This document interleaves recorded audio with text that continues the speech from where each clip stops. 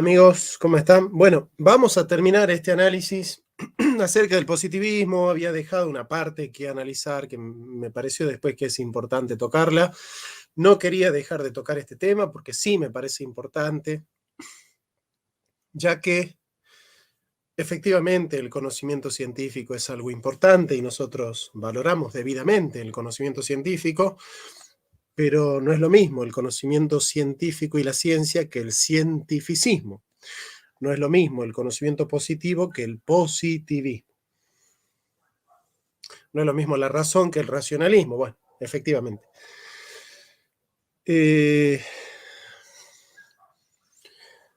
Uno de los grandes mitos es suponer que aquella postura que sostiene que solo el conocimiento empírico, en los límites en los que se muestra, es la única verdad del hombre, es la única verdad posible, es la única verdad indubitable, no es una postura científica. Es decir, sostener que solo el conocimiento científico es verdadero conocimiento no es una postura científica, es una postura filosófica. De hecho, Heidegger sostiene justamente que la ciencia no piensa en cuanto que no puede dar cuenta de sus conceptos fundamentales, ya que el concepto de materia, forma, energía, movimiento, hombre, ser, ente, tiempo, son conceptos metafísicos. Incluso la ciencia, cuando se pregunta qué es el conocimiento, ya no está haciendo ciencia, está haciendo filosofía de la ciencia, epistemología o nociología. Aquel tipo de postura científica ligada a la experiencia sensible tiene que ver con esto. Es cierto que el punto de partida del conocimiento es la experiencia posible. Esto ya está presente en Aristóteles y en Santo Tomás, pero sobre todo en la idea de posible como a priori, nociológico, en Kant.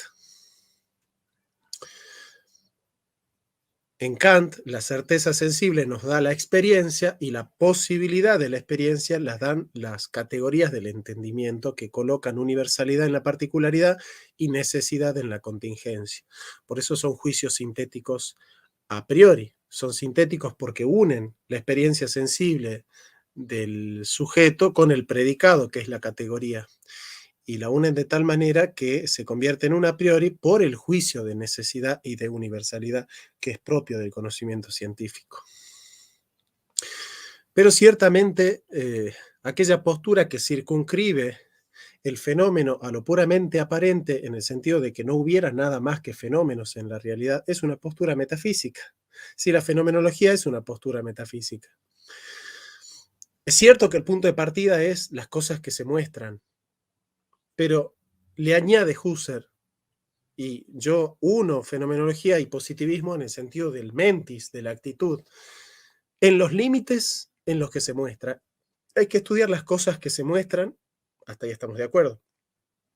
Pero dicen, en los límites en los que se muestra. Es decir, no podemos remontarnos hacia el fundamento que no se muestra, porque ese acceso hacia el fundamento que no se muestra, o que se muestra en este sentido hay que hablar de tecmaino. Tecmaino es el concepto de indicio que le da puntapié inicial al médico, que le da la señal al médico de que hay un síntoma que remite a una enfermedad. La enfermedad no se muestra, lo que se muestra es el síntoma. Entonces, el corpus hippocraticum utiliza el concepto de semeion, de señal, y de tecmaino, de signo, que remite. Es un signo que muestra algo que no se muestra. El signo está mostrando algo que no se está mostrando. La enfermedad no se muestra, lo que se muestra es el síntoma. Ese es el método del corpus hippocraticum que Aristóteles, por ser hijo del médico de Aminitas III, el rey de Macedonia, pudo, ¿no es cierto?, adquirir. O sea, Aristóteles se hace científico a merced del corpus hippocraticum que hereda de su padre.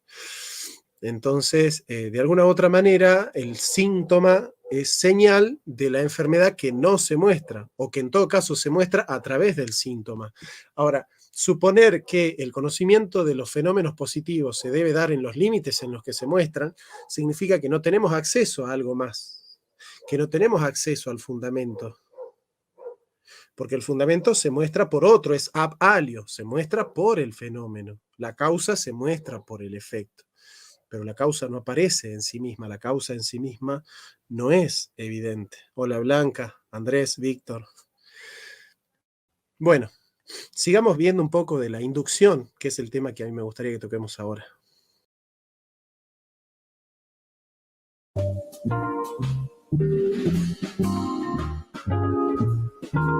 John Stuart Mill fue otro filósofo positivista, amigo de Comte, ayudó a desarrollar la inducción, que servía justamente para el desarrollo del método experimental. Recordemos que la inducción es un razonamiento que nos permite ir de los casos particulares a la generalización. Por ejemplo, vemos que todos los cisnes son blancos, todos los que nosotros podemos ver, porque no vemos todos los cisnes del mundo, y entonces inducimos que todos los cisnes son blancos. Pero bueno, en realidad nosotros no vemos que todos los cisnes son blancos, o sea, nosotros no tenemos experiencia de la totalidad. Nosotros tenemos experiencia de la particularidad. Yo solo puedo ver el color de este cisne, no puedo ver el color de todos los cisnes. O sea, la inducción consiste en que yo veo y digo, este cisne es blanco, este otro cisne es blanco, aquel es blanco, aquel es blanco, aquel era blanco, aquel era blanco. Probablemente todos los cisnes sean blancos. Entonces trato de dar una noción general a partir de una experiencia particular. La inducción consiste en deducir de casos particulares nociones generales. Es un tipo de abstracción, la inducción. Pero la metafísica de Aristóteles no se basa exclusivamente en la inducción. Necesita de la inducción, pero no se queda en la inducción, porque la universalidad del conocimiento en Aristóteles no es la genérica en cuanto a la universalidad del universo del discurso, que globaliza de alguna manera la totalidad del ente en función del género, la diferencia específica o la especie, sino sobre todo porque accede al fundamento.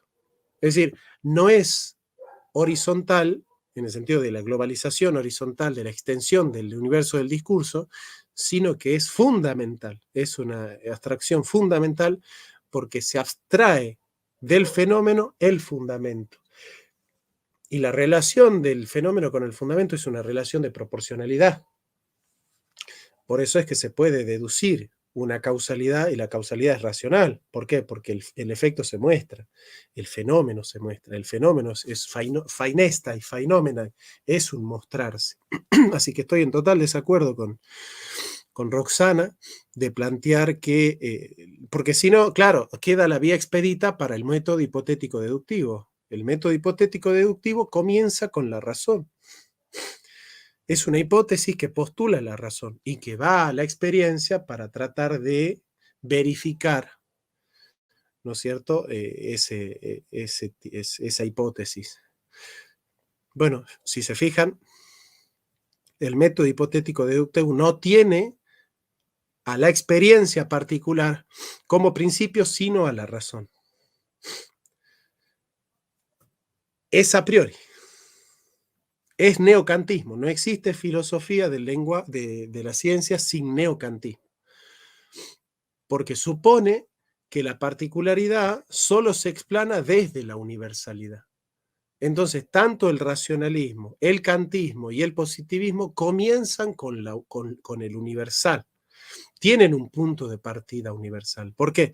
Porque suponen que el dato contingente que me dan los sentidos no es suficiente para poder remontarme a una noción universal. Dicen así, ¿cómo puede un punto de partida particular darme una noción universal? ¿Cómo puede un punto de partida singular dar una noción absoluta? ¿Cómo puede un conocimiento contingente convertirse en necesario? Entonces, tiene que ser el punto de partida necesario, absoluto y universal. A partir de ahí surge el kantismo como a priori del entendimiento como categoría y de Hegel el a priori como razón absoluta del espíritu o el a priori como yo absoluto de Fichte o el a priori como hipótesis deductiva, digamos. Pero se comienza con el absoluto. El aristotelismo comienza con el particular porque entiende dos nociones fundamentales, que es la noción del in re, es decir, de que el universal está en el particular como particular en potencia universal, el entendimiento agente que abstrae y sobre todo la conversión ad fantasmata, es decir, aquello que se descubre del singular, que se deduce como universal por la abstracción del entendimiento agente, se predica luego del singular, se convierte la imagen universal en la imagen particular. Se predica lo descubierto en la imagen universal de la imagen particular. Entonces el punto de partida siempre es el particular. Lo que pasa es que el particular no es mera contingencia. Hay una necesidad. ¿Por mor de qué? De la forma sustancial. Hay una universalidad. ¿Por mor de qué? De la forma sustancial.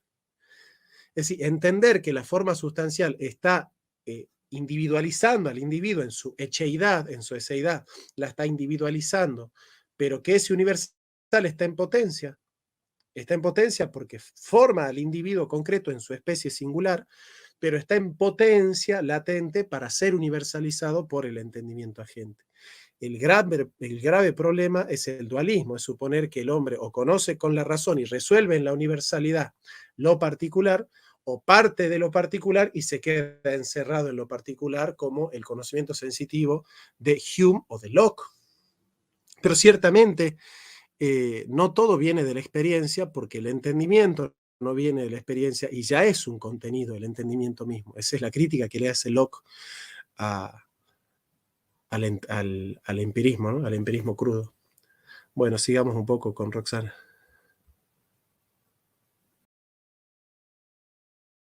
Pero un buen día apareció en Australia un cisne negro y ya no se podía inducir que todos los cisnes eran blancos. Es muy difícil ser muy concluyente en una generalización a partir de casos particulares, porque no tenemos la oportunidad de conocer todos los cisnes del mundo. Sin embargo, la inducción puede ser útil, aunque no sea infalible. Ernst Mach, en la segunda mitad del siglo XIX y comienzos del siglo XX, desarrolló una versión de positivismo al que denominó empiriocriticismo.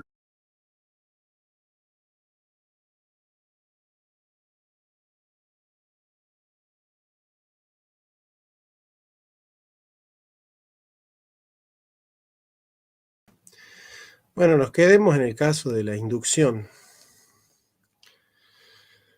La inducción puede ser imperfecta o perfecta. ¿Cuándo es perfecta? Cuando el universo del discurso es limitado. Entonces yo digo, este alumno está sentado, este otro alumno está sentado, este otro alumno está sentado, todos los...